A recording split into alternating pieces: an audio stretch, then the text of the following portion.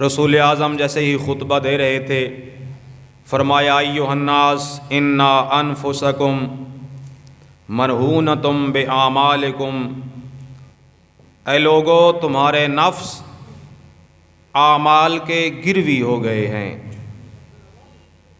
اے لوگو تمہارے نفوس اعمال کے ساتھ گروی ہیں، فاعتقوها باستغفارکم، پس تم اپنی استغفار کے ذریعے ان کو آزاد کرو۔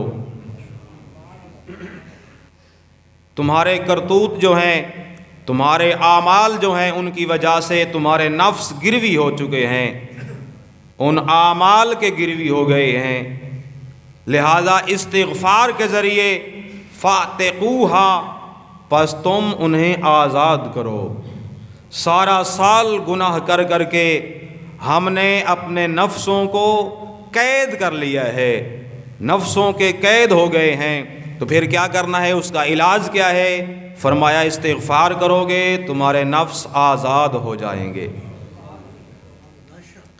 اگلا جملہ اس سے بھی سنگین ہے، فرمایا وَظُہُورُكُمْ ثَقِيلَةٌ مِّنْ أَوْزَارِكُمْ، فرمایا تمہاری پشتیں وزنی ہو گئی ہیں۔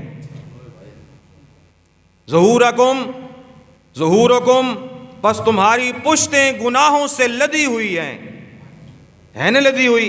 سارا سال نافرمانی خدا کرتے ہیں، پشت بھاری ہے۔ جب انسان کی پشت بھاری ہو جاتی ہے پھر کمر جھک جاتی ہے، پھر اس جو وزن ہم نے اٹھا لیا ہے اس کو کیسے اتاریں؟ فرمایا وَظُہُورُكُمْ ثَقِيلَةٌ، تمہاری پشتیں لدی ہوئی ہیں، من اوزارکم، جو تم نے کرتوت کیے ہیں، پھر کیا کریں؟ فَخَفِّفُوا عَنْهَا، پر ان کا بوجھ ہلکا کرو۔ کیسے ہلکا کریں؟ فرمایا بطول سجودکم، لمبے لمبے سجدے کرنے سے۔ جب ہم رکوع کی حالت میں ہوتے ہیں تو بوجھ کچھ اور کم ہو جاتا ہے، گناہ گر جاتے ہیں، فرمایا پھر جب تم سجدے میں چلے جاتے ہو تو بالکل تمہاری پشتیں آزاد ہو جاتی ہیں، گناہ ختم ہو جاتے ہیں، گناہ گر جاتے ہیں۔ اسی لیے تو قرآن میں وَارْكَعُوا مَعَ الرَّاكِعِينَ، رکوع کرو رکوع کرنے والوں کے ساتھ۔ جب تم رکوع کرو گے تمہاری پشت جھکے گی، تمہارے گناہ گر جائیں گے۔ تم سجدہ کرو گے بالکل تمہارے گناہوں والا پرڑا خالی ہو جائے گا۔ بطول سجودکم، لمبا سجدہ کرنا، لمبے سجدے کرنے سے گھبرانا نہیں چاہیے، لمبا سجدہ کرو گے یہ عاجزی کی علامت ہے۔